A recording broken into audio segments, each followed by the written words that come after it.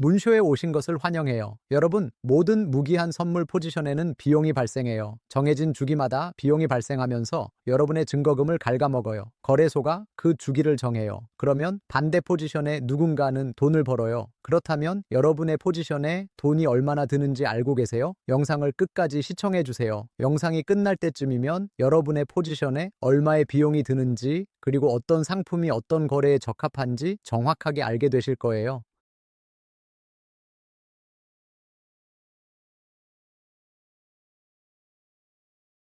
2025년에 중앙화 거래소에서만 무기한 선물 거래량이 86조 2천억 달러에 달했어요. 이는 전체 암호화폐 파생 상품의 75%에 해당하는 수치인데요. 이 엄청난 거래량 뒤에 있는 대부분의 트레이더들은 자신이 실제로 어떤 상품을 운용하는지에 대해선 생각해 본 적이 없어요. 같은 해에 1,500억 달러 상당의 포지션이 청산되었어요. 10월에는 단 24시간 만에 190억 달러가 사라졌어요. 사라졌다니 무슨 뜻일까요? 같은 날 160만 명의 트레이더가 시장에서 퇴출당했고요. 이는 암호화폐 역사상 가장 큰 규모의 단일 청산 사건이었어요. 그들 대부분은 롱 포지션이었어요. 펀딩비는 주기마다 증거금을 갉아먹고요. 이런 식의 가격 변동이 발생할 때쯤이면 대부분의 트레이더들이 인지하는 것보다 청산 가격이 훨씬 더 가까워져 있어요. 그 차이는 손익계산서 P&L에 나타나요. 2016년 5월 최초의 주요 암호화폐 파생 상품 거래소인 비트맥스를 설립한 트레이더 아서 헤이즈가 만기일이 없는 계약, 즉 무기한으로 보유할 수 있는 포지션을 도입했어요. 만기 없고 롤오버도 없고 원하는 만큼 계속 유지할 수 있는 거예요. 하지만 만기일을 없애면서 새로운 비용이 생겼어요. 정산 시점이 아닌 정해진 주기마다 발생하는 수수료였어요. 그렇다면 그 비용은 실제로 어디에 표시될까요? 이렇게 한번 생각해 보세요. 단타 거래에 무기한 선물을 사용하는 것은 우버를 타는 것과 같아요.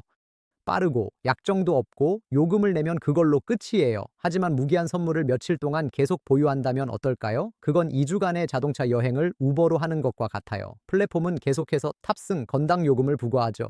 여행이 끝날 때쯤이면 처음부터 렌터카를 주 단위로 빌리는 것보다 더 많은 돈을 지불하게 돼요. 이것이 바로 포지션 유지 비용이에요.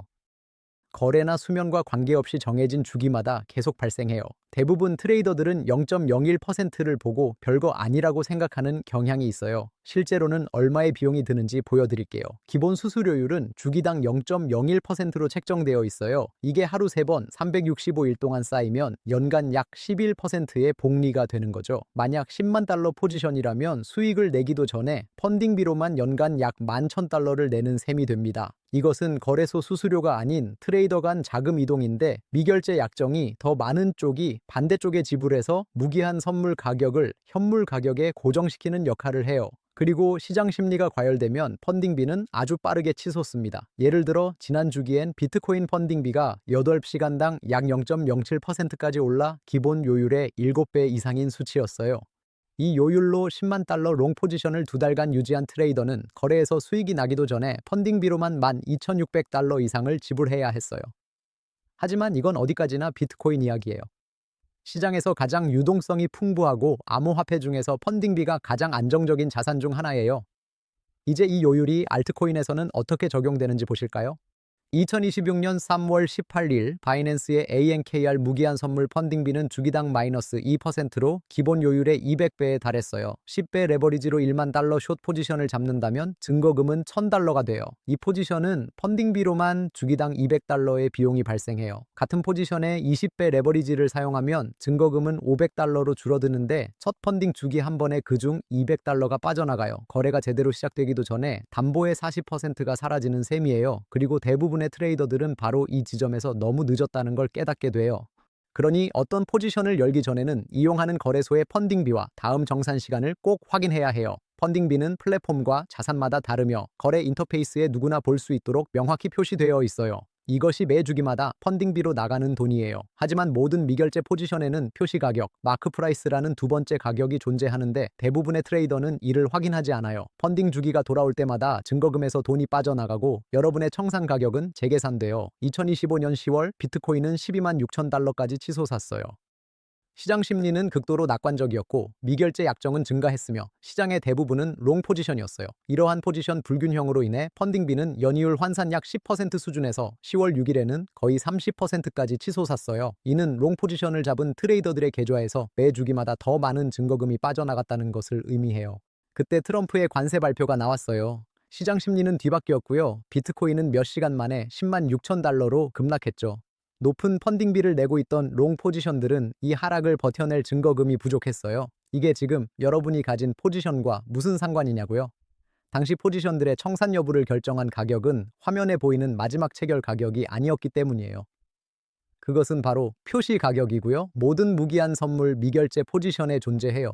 대부분의 개인 트레이더들은 포지션을 열기 전에 이 가격을 거의 확인하지 않아요. 그렇다면 이 표시 가격이란 정확히 무엇일까요? 표시 가격은 두 가지 요소로 구성돼요. 첫 번째는 지수 가격으로 바이비트, 바이낸스, OKX, 코인베이스, 크라켄과 같은 주요 거래소들의 현물 가격을 동시에 가중 평균한 값이에요. 두 번째는 베이시스 조정으로 2.5분에서 5분 사이의 기간 동안 무기한 선물 가격과 현물 가격의 격차를 이동 평균하여 완만하게 만든 값이에요. 바로 이 완만화 과정이 특정 호가창에서의 순간적인 가격 급등이 여러분의 청산을 결정하는 가격에 영향을 주는 것을 막아줘요. 바이비트와 같은 중앙화 거래소에서는 이 계산이 내부적으로 이루어져요. 거래소가 경쟁 플랫폼들로부터 가격 피드를 받아와 표시 가격을 계산하는 것이에요. DYDX나 GMX 같은 탈중앙화 거래소에서는 외부 오라클이 이 역할을 해요. 체인링크나 파이스 같은 오라클이 지수 가격을 온체인으로 가져오므로 특정 주체가 입력값을 통제할 수 없어요. 실제로는 어떻게 보이는지 한번 보시지요.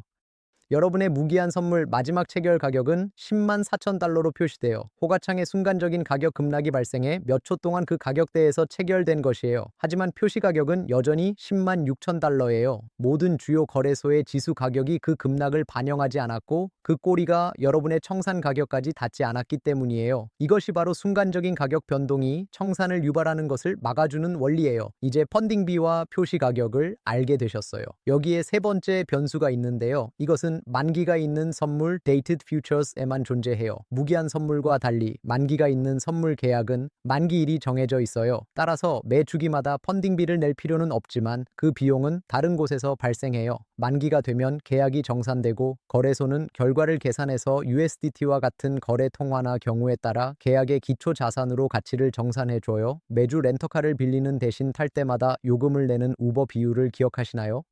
무기한 선물은 계속 탑승 건당 요금이 부과돼요. 오래 유지할수록 탑승 요금을 더 많이 내게 돼요. 만기 선물 계약은 처음부터 여정, 전체 가격을 확정하는 것과 같아요. 만기 후에도 포지션을 유지하려면 현재 탑승을 종료하고 새로 시작해야 해요. 새 탑승 가격은 그 순간 시장 상황에 따라 결정돼요. 한 계약에서 다음 계약으로 넘어갈 때의 차이를 롤이라 해요. 그렇다면 매번 롤오버시 비용이 들지 수익이 날지는 무엇이 결정할까요? 선물 곡선 형태에 따라 결정되며 두 방향으로 작용해요. 선물이 현물보다 비쌀 때를 콘탱고라고 해요. 시장이 만기까지 자산 보유 비용, 즉 이자, 보관 비용, 가격 기대치 등을 가격에 반영하는 거예요. 그리고 계약이 만료되어 다음 계약으로 넘어갈 때마다 그 차액을 지불해야 해요. 선물이 현물보다 낮은 가격에 거래될 때 이를 백워데이션이라고 해요. 가장 가까운 만기의 계약이 다음 만기의 계약보다 더 비싸다는 의미예요. 따라서 롤오버를 할 때 더 비싼 계약을 청산하고 더 싼 계약을 새로 여는 셈이에요. 매 정산 시 그 차액이 여러분의 계좌에 남게 돼요. 실제 포지션을 예로 들어 어떻게 미국과 이스라엘의 이란 공습 및 호르무즈 해협 봉쇄 상황을 가정해 보겠어요. 두 가지 가상 시나리오가 있어요. 10만 달러 포지션과 자산은 동일하지만 선물 곡선이 서로 다른 방향으로 움직이는 경우예요. 시나리오 A는 백워데이션 상황이에요. 호르무즈 해협이 여전히 봉쇄되어 공급에 차질이 생긴 경우라고 할 수 있죠. 배럴당 103달러인 브렌트유의 10만 달러 포지션을 잡으면 약 970 배럴에 해당해요. 4월물 가격은 103달러, 5월물 가격은 99달러예요. 만기시 배럴당 4달러의 스프레드가 발생하게 되고 103달러의 4월물을 청산하고 99달러의 5월물을 새로 열어요. 970 배럴에 대해서는 가격이 어느 쪽으로도 움직이기 전에 롤오버 수익으로 약 3,880달러가 발생하게 되는 셈이에요. 시나리오 B는 바로 콘탱고 상황이에요. 호르무즈 해협이 다시 열려서 공급이 정상화된 경우에요. 포지션은 똑같이 10만 달러지만 곡선이 반대로 뒤집혔어요. 배럴당 72달러이므로 약 1388 배럴에 해당하게 됩니다. 4월물 가격은 72달러, 그리고 5월물 가격은 75달러로 배럴당 3달러의 스프레드가 있어요. 만기 시에 72달러에 4월물을 청산하고 75달러에 5월물을 1388 배럴만큼 새로 열게 되면 롤오버 비용으로 약 4164달러가 발생해요. 이처럼 롤오버 시 비용을 낼지 혹은 수익을 얻을지는 현재 계약 가격과 다음 계약 가격의 관계에 따라서 결정되는 것이에요. 이 스프레드는 포지션을 열기 전에도 플랫폼에서 미리 확인하실 수 있어요. 만약 여러분이 보유한 USDT로 금, 오일, 암호화폐 등 이 모든 상품들을 한 계정에서 수수료 없이 거래하고 싶으시다면 설명란의 링크를 꼭 확인해 주세요.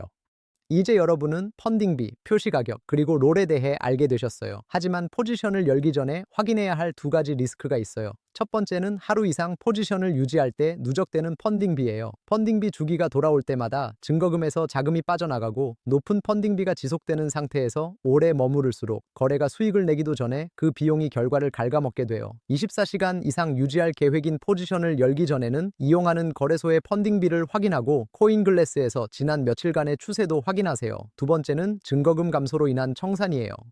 자산 가격 변동이 없어도 펀딩비 주기마다 청산 가격은 가까워져요. 레버리지 포지션은 옵션이 두 가지입니다. 교차 증거금 크로스 마진은 계좌 전체를 담보로 합니다. 청산 시 계좌의 모든 자금이 사라집니다. 격리 증거금, 아이솔레이티드 마진은 손실을 해당 거래로만 제한합니다.